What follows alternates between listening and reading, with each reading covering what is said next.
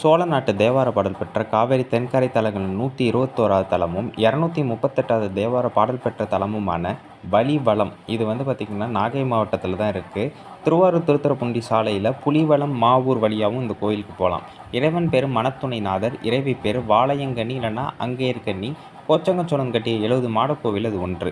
வலியன் அப்படிங்கிற கரிக்குருவி வழிபட்ட காரணத்தினால வலிவலம்னு சொல்லப்படுது.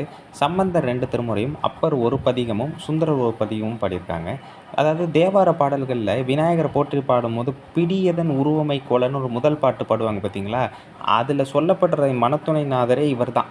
அதாவது இந்த கோவில் விநாயகரை தான் அவர் குறிப்பிடுவார். யார்? சம்பந்தர் குறிப்பிடுவார். 15ஆம் நூற்றாண்டில் வாழ்ந்த அருணகிரிநாதர் இந்த கோவிலை போற்றி புகழ்ந்துள்ளார். அதேமாதிரி முருகனை போற்றி புகழ்ந்துள்ளார். அருமொழி தேவநாட்டு வலிவல கூற்றத்து உபாயகுல சுத்த சதுர்வேதி மங்கலம், அதுதான் வலிவலத்தோட பழைய பெயர். இறைவனை பார்த்திங்கன்னா மணத்துள் நாதர்னு சொல்கிறாங்க, இல்லைன்னா மணத்துள் தேவர்னு குறிப்பிடுறாங்க.